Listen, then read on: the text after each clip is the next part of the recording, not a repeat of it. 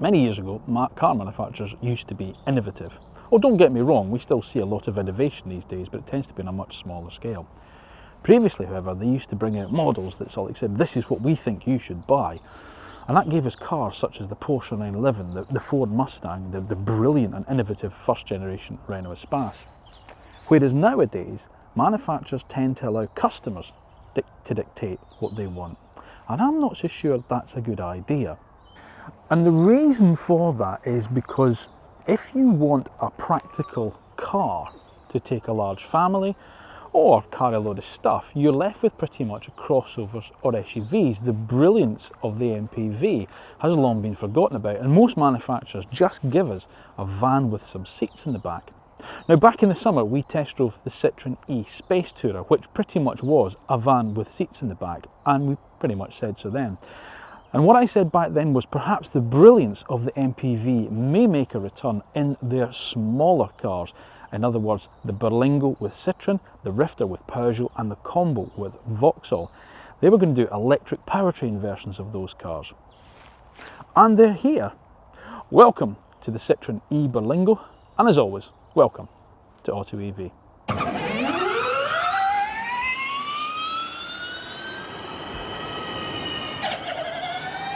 Now, before we go on to this week's road test review of the new Citroen e-Berlingo, it is of course time for our usual housekeeping rules, please. If you could be so kind, would you mind liking the video, subscribing to the AutoEV channel and pressing the bell button down below so you're notified when our next video goes live.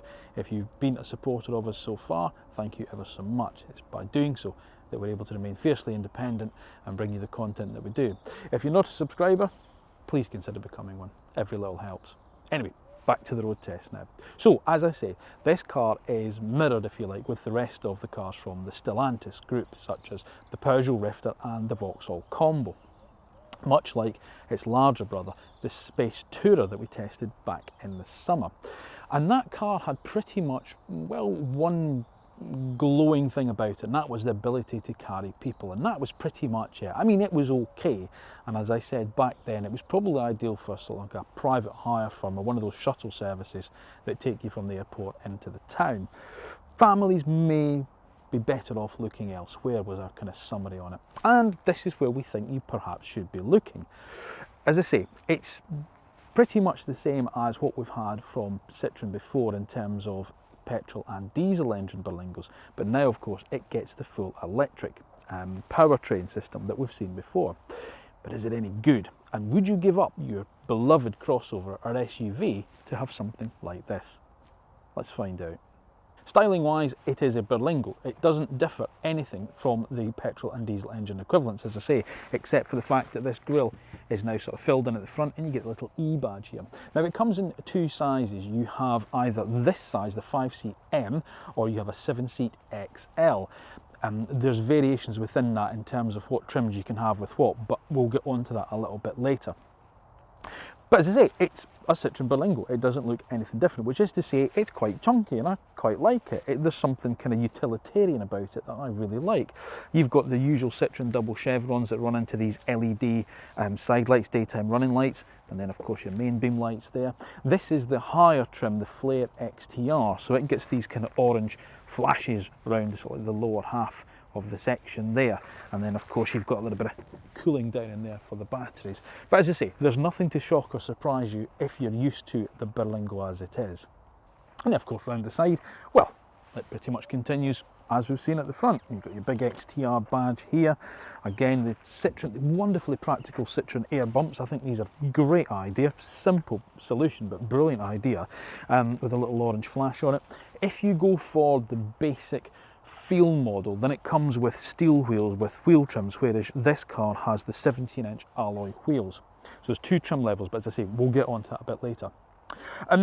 Practical sliding doors. Brilliant, innovative thing.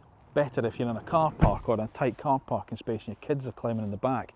you know, so they don't whack doors off the parked car next to us. If you do go for the longer car, the XL, then the length is back here effectively. It's not in the wheelbase, it just gives an extra row of seats in the back, and it's a slightly longer car. Also available in this car, you get the kind of gloss black roof rails, the privacy glass on the back, and as I say, the alloy wheels. But yeah, I mean, it is what it is. It's just a chunky utilitarian piece of kit for carrying things in. What more could you want? And then of course at the back, well, yeah, it is what it is. It's a tall, very flat, sort of like, you know, back end to the car. These slim taillights are pushed right out, so you've got a very wide tailgate, which needs a lot of space to open, but I will get onto that a little bit later. What else do you have? Well, like the roof rails, you get the gloss black little roof spoiler there, your high level rear brake light. On this higher trim level, this window will open separately, but not on the base car. You get nice kind of big plastic, you know, bumpers for practicality. There's parking sensors on this one, and also in this model you get the rear camera as well. Nothing, what I like about Citroen is nothing to really sort of like explain the fact that it's electric, bar the little blue E badge there, and I really like that. Of course, your big double chevrons as well. Look, it's not as stylish and as design-led as like a bespoke MPV, something like Citroen's own C4 Space Tourer or Ford's Galaxy or the S-Max, but it is what it is. It's sort of like basic, it's boxy, and it's utilitarian, and I quite like that. But what do you think? Let us know in the comments down below, especially about the dog barking. So as I say, practicality is what this car is all about, and my goodness me, is it practical. Now this is the, as I say, the higher level, the Flare XTR trim, which gives this rear window will open independently, which is a little bit better, because if you're just chucking a little load in or something, a jacket in, it's a lot easier than trying to open this big tailgate, which I'll show you in a second. A nice rigid parcel shelf as well, which you can have at 2 different heights, but again, I'll show you that. So yeah, here is the big tailgate, and it does go out quite a way, so you have to make sure, as I say, you've got space behind you when you've parked, but at least you've got somewhere dry if it's raining to hide under. This big parcel shelf, as I say, you can actually take that out and have that at 2 different heights, depending obviously on what you want, because it will then slide in that section there and give you a lower section while still having space underneath as well, or there. Now, in terms of the actual size of the boot, you are looking at a space of 775 litres, which is enough, I don't know, for, I don't know, a small Camel or something like that. And if you do fold the back seats down, or the, you know, the mid bench in this one, then that takes it up to 3,500 litres, which is enough for 2 small Camels, maybe 3, maybe 3. If you've got the longer XL, the 7-seat car, then the standard boot size with the seats in place is 1,050 litres. And if you go to take all the seats out of that, then that has a simply van-like 4,000 litres, which is a herd of Camels. Suitcases, well, yeah, of course, you will get them in there with more to spare. Here's a large suitcase, which fits nicely in there, a medium one in there, and then our 2 small carry-ons. Well, they can kind of there with another room for another one there, and maybe another 2 in there. I mean, it's simply vast. I mean, you could live back there. There's no cable storage underneath the floor, but you don't need it.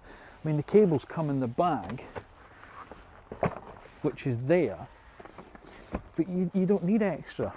The other nice thing is there's lots of little things in the back that's quite good. There's a little strap there for putting like a warning triangle or umbrella in as well. There's nice tie down sections there if you've got a bigger load and you need to strap it down. On this side there's a little cubby box in there, and there's a 12-volt socket up in the back. So yeah, I mean, that is just, I'm not sure what more you could ever need in terms of being practical. But wait till you see what the rear's like in terms of the seats. Sliding doors give you access to the rear. Now, of course, there's one on either side. Now, let me just explain something, because it can be a little bit confusing. So let me explain sort of like a little bit about terms of the 7-seat and 5-seat cars and their trim levels. Because this is a Flare XTR, which only comes in the 5-seat M body style, the medium body style. If you need 7 seats, then you have to go to the XL size, and that only comes in the basic feel trim.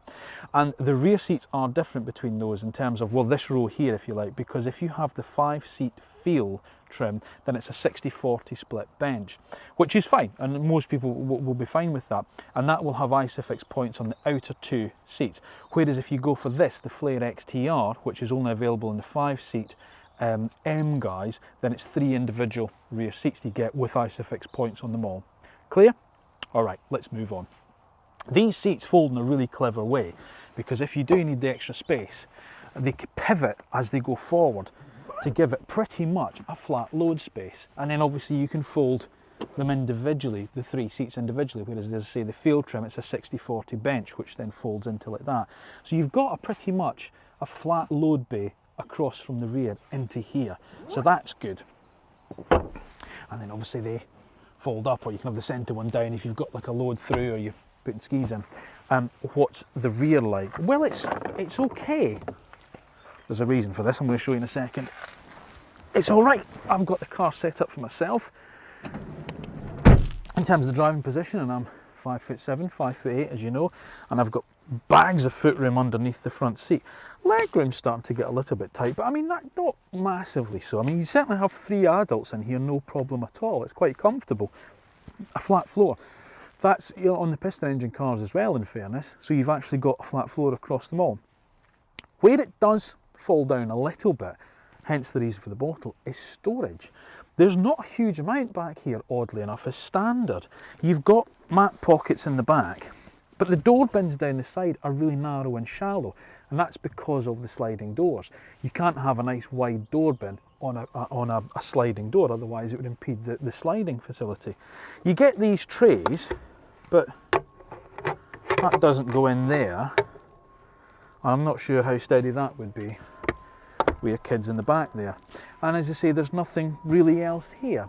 However, all is not lost, because Citroen offer a thing called a module-top roof, which is an option that's about £750 that if you're buying this car for practicality reasons, and let's be honest, that's pretty much why you'll be buying it, it's a box worth ticking.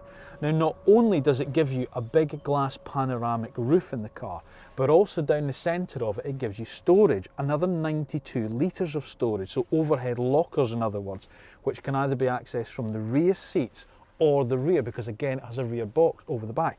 Now, I think that's a really, really clever system. And as I say, I think it's an option certainly worth ticking if you're considering this car.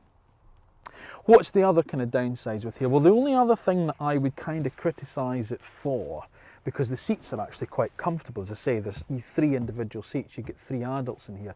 What would be quite nice is to have the ability to slide this bench here, or these seats here. And I know that might be difficult because of the way that they fold, but having some ability to slide them, whether you either want to increase leg room if you've nothing in the rear, or increase boot space if you've no one sat here, I think would be a really good idea. But as it is, there's little to fault it. And as I say, in terms of if you've got 3 children, or you need to take 3 adults across the back seat, there's no problem at all. It is quite comfortable here, and as I say, even the middle seat, it is more than sufficient. It's a really practical car. I really like this car. Need even more space? No problem at all, because you can also do it. Let's fold the front passenger seat down flat, load all the way through. Brilliant, just brilliant. Now, one of the issues that we had with the e-Space Tourer was it seemed to find it very difficult to disguise its van-like origins, whereas the e-Berlingo makes a much better stab at it. Now, as I say, this is the Flare XTR, which gets this slightly different sort of dashboard finish. If you go for the base feel model, then that is more the kind of monotone black plastic that you would get in the Berlingo van. So moving up to the Flare XTR gets this sort of, it's like a soft kind of rubberized kind of green colour. I really like it, it's really nice, very easy to wipe clean, and it's got this weird kind of sort of like strap over there, the stitched strap over there on the glove box lid. Otherwise, what's the differences? Well, both cars get this 8-inch touchscreen mounted up here, which isn't, you know, I mean, there are obviously better ones available than it. It is a bit clunky. It's okay. It sort of does the sort of job. You know, it gets you into your menu systems here. There's some apps. You can use the Citroen connected app through it. It does have Apple CarPlay and Android Auto as well as standard, so that's good across both. If you go for the higher Flare XTR, then what you get is TomTom navigation and voice activation as well. So that's quite handy to have too. The other thing the higher trim level gets is the digital climate control, whereas the other standard car just has standard aircon. And also as well, it would have standard dials, whereas here we've got the digital instrumentation cluster, which is really good, really nice, and I quite like it because you can have your navigation system up here. You can configure it as to how you want it, depending obviously on what you want. If you want sort of like more kind of standard kind of dials and driving, then obviously you can have that. If you want to know your energy meter, readouts, then obviously you can have that. It will tell you a bit more there. Or the one, as I say, that I quite like is, or you can take it right down to just being very minimum, where it just literally gives you battery readout, range and speed. That's it. So it's all really easy to use and really easy to configure. The other nice thing as well is, whereas I say the Space Tourer had that kind of plastic rim steering wheel, this has got, I don't know if it's leather, it might be vinyl, but it's nice to hold. It's a nice size, it's a nice shape. The buttons on it are just nice and simple. Everything's really easy to see at a glance. Same with the column stocks and all the kind of extraneous little sort of like buttons and switch gear. Everything's really, really easy to use. And I say, you just at a glance you can feel for something. Locks off a key. How odd is that, eh? How traditional. Well done, Citroen. Does a key. What else to say up here? Well, the lack of storage in the back is countered by a massive storage up front. You've got these big cup holders here, which will take, you know, a kind of medium-sized mug that you would get from a, you know, coffee outlet. The only thing it won't take is my bottle. It doesn't quite fit there, but they'll go in the door bins, so that's okay. So you can have your cup there. There's another cubby behind the screen there for sunglasses. There's a deep one down in there for like your mobile. There's an odd shaped one here, which I think is something, a dial in the petrol engine car that you don't get on the EV, but it's, I don't know what you could keep in there. Some rubber bands? I don't know.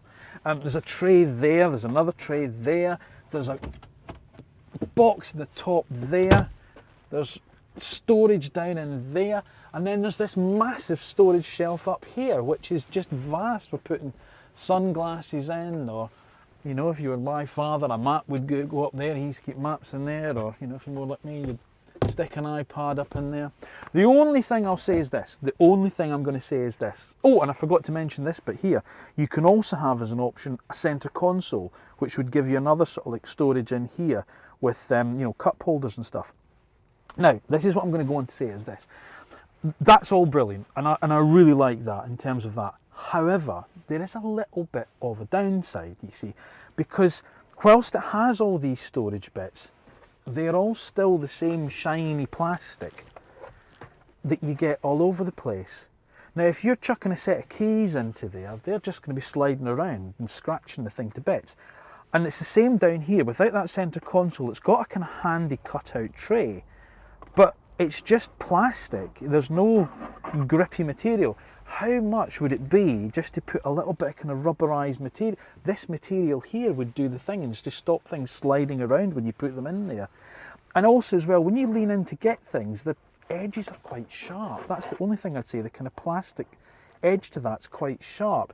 So good kudos to Citroen for having the storage, but as I say, the downside is the kind of, then the execution of it hasn't been brilliant. So if you do buy the car, your first job is to go down to your local pound shop or get onto Amazon or one of those other online shopping channels that are available and buy yourself some of that kind of rubber matting and cut it to shape, because that would make a world of difference. Or am I just turning into my father now?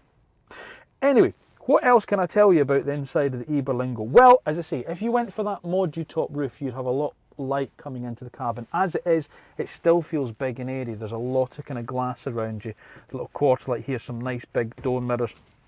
The driving position is excellent. It really is. You know, these seats are superb. They're not as soft and spongy as the ones you get in the C4. They could do with a tiny little bit more under thigh support for me. That's all I would say, the base there. But the back of them is nice, and there's just enough, you know, they're quite broad of beam, so for us larger chaps who like a good breakfast in the morning, there's enough space for us. They don't pinch you at the side, and there's just enough support to kind of stop you rolling out of them. But the driving position itself is nice and simple. It's easy to get a comfortable driving position. You could certainly do, you know, a long drive in this and feel quite comfortable. You've got your transmission lever up here, this little toggle switch, park, reverse, neutral and drive, and then B for brake for your regeneration modes. Your drive mode button's nice and easy, that's simple to use there. Electronic park brake, and as I say, your climate control on this model there.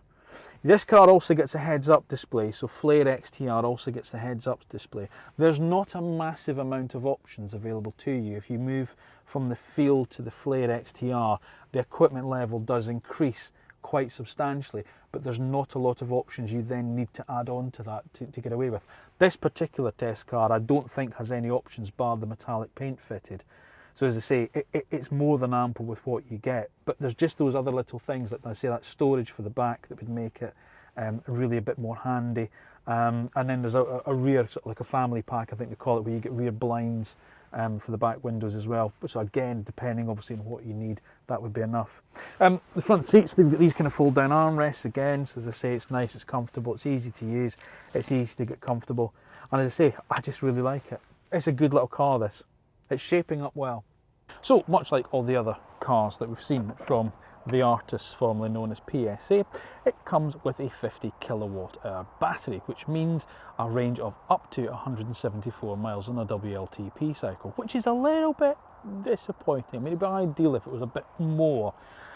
Say maybe 200 to 225 would probably be the ideal kind of range for this car. Anyway, it doesn't. It will take charging speeds up to 100 kilowatts, meaning that you can go from 10 to 80% in the usual 30 minutes if you can find one of those 100 kilowatt chargers. If you're charging from your 7 kilowatt wall box, then that's going to take just over 7 hours 15 minutes. Now you can also option the car with an 11 kilowatt onboard charger, meaning that if you have three-phase electricity at home and a more powerful 11 kilowatt wall box, you can charge the car up to full in 4 hours and 45 minutes. Now, as well as also having the same battery as the other cars within the PSA stable, it also has the same motor, which is mounted up at the front, driving the front wheels. 134 brake horsepower. But look, this isn't a performance car, is it? I mean, 0 to 60 takes over 11 seconds, which is good for class and pretty much on par with the piston engine equivalents. So it's fine, absolutely fine.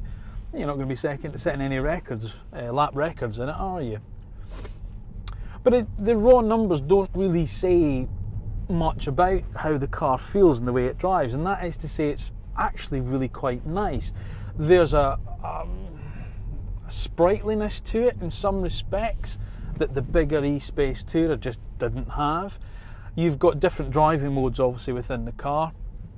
You've got Eco, Normal and Sport, and they're activated by this drive mode button here. And when you do go into Sport, or Power, sorry, I should say, it's actually Power, not Sport. When you do go into the Power mode, the throttle response is quite good. It's really quite quick. So it feels faster than it actually is what I'm trying to say. But what you just do is just dial it back into normal mode, and the car is, well, everything you'd really need a family car to be, I'd suggest. Now, the steering is really quite nice. It's light enough at low speed and sort of like weights up at speed. So light enough at low speed for parking, which is handy, especially with the longer sort of like 7-seat version. That's quite nice to get in and out of spaces, and obviously it's handy as well with the parking camera on the top trim level. But it weights up at speed, so stringing a set of bends together on an open air road is no hardship at all, and the car has a nice feel to the helm. The driving position, as I said earlier, is really very good. Everything falls nice and neatly to hand. But what does surprise a little bit is the level of refinement you get from it. It's really very good. For such a tall kind of boxy car, there's very little wind noise. Suspension or road noise that comes through is at a minimum. It's certainly not what you'd call uncomfortable at all. So it's all shaping up to be pretty good. until you need to use the brakes. And I'm sorry, but it's just these PSA group cars again. I don't know what's going on with them, but the brake pedal is woeful. It's just horrible to use. It's like you need to stop, so you come off the throttle, you press the brake pedal, and it's, oh no, nothing, nothing, nothing, oh, and then everything. There's not an in-between. There's not a sort of like comfortable in-between, and it makes the car quite difficult to drive smoothly when you're using the brakes. The best you can do is to actually activate the brake regeneration button down here. So you've got your park, reverse, neutral and drive transmission lever, and then another button here marked B. And if you do that, then it brings on some form, a small amount of brake regen. It's not quite one pedal driving, but it's pretty good, and it's much more aggressive than sort of like a mid-level one you get on most cars. And of course the benefit is it means you don't have to use that awful brake pedal as well. Other than that, what more can I say about it? It's a really pleasant little car to drive around in. It's one of those cars that just does exactly as it says on the tin. It doesn't overpromise and underdeliver whatsoever. It's not the last word in excitement, of course it isn't. It's a 5-seat family MPV. But what it does do, it does well. And as I say, it's quiet, it's smooth, it's refined, it's really spacious, it's easy to see out of. You sit quite high up in the car. In fact, my wife will be driving the car and she commented it's almost as high in terms of driving position as her Land Rover. So you get good visibility, it's easy to see out the back of, it's easy to place on the road, it's easy to park, and it's nice and easy to drive. I can't really think of anything else to say about it. There's a utilitarian charm that I like about this car, and it doesn't feel van-like, and that for me is the big key here. It doesn't feel like I'm driving a van, it feels like I'm driving a nice car, and that's a big bonus in my book, a big bonus. Now, in terms of pricing, the Citroen e-Berlingo has fallen foul of the UK's government's decision to change the plug-in car grant and alter the threshold to where it applies, because even the lead-in car starts now at just a shade over £32,000, meaning it falls outside the threshold where the grant can be applied to it. This Flare XTR that I have is £34,780. Now, those prices are correct at time of filming, and these are for the 5-seat M models. Obviously there's a little bit of a premium if you go to the XL 7-seat on the Feel trim, but please, as I say, check with your local dealer or their website for the latest pricing revisions. But as I say, prices that I'm giving you now are correct at time of filming, which is December 2021. Whether this will spark a bit more of a sort of revised sort of like pricing structure by manufacturers, Citroen included, we've yet to see. But at the moment, as I say, this is one of the cars that's now fallen foul of that change. So, what else are you going to be looking at if you're looking at Citroen e-Berlingo? Well, as I say, there is its partner vehicles from Peugeot and Vauxhall respectively, with the e-Rifter and the Combo E. If you still want full electric in your MPV and you don't want to go to the full size of the Space Tourer or obviously the Mercedes-Benz EQV, then the only other option you've got available to you is Nissan with the ENV200. Mercedes-Benz, however, have shown a concept, what they call the EQT, and their ever-expanding EQ range, which is effectively this sort of size of MPV with a full electric drivetrain, and we're expecting that sometime in the future. Will it be the last? Who knows? As I say, the MPVs do seem to be certainly dwindling in numbers, but as we've seen, they are a very practical car, so watch this space. So here's what we like and what we don't like about the Citroen e-Berlingo. We like the space on offer, the driving environment on the XTR trim, good equipment levels, its practicality, and the option of 5 or 7 seats on the base model. We don't like the rear seats, not as flexible as some non-EV rivals. The range is a little bit limited. The brakes. The base model is a little bit too close in feeling to the commercial Berlingo, and without the plug-in car grant, it's now not the cheapest family EV. It's fair to say that 2021 has been a bit of a standout year for EVs, and we've had some truly exciting cars on the channel to test. This isn't one of them.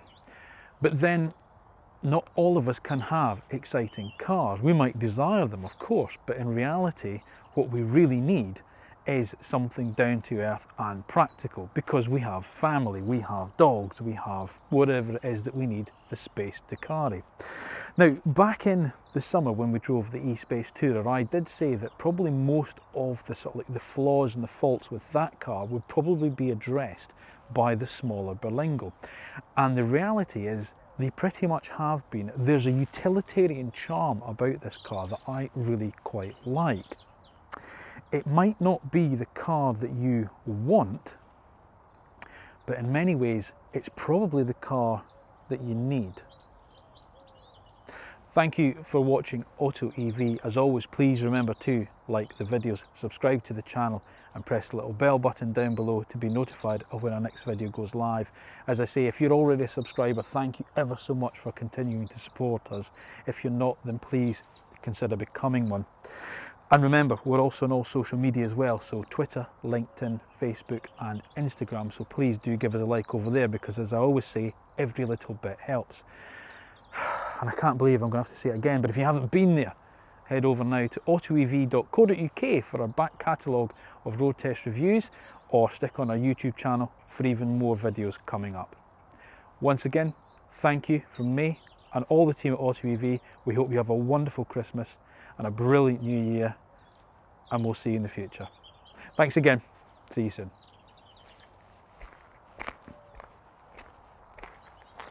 So, you've watched our video. It's now my job to tell you to like and subscribe, and press the little bell button to receive notification of when our next video is uploaded.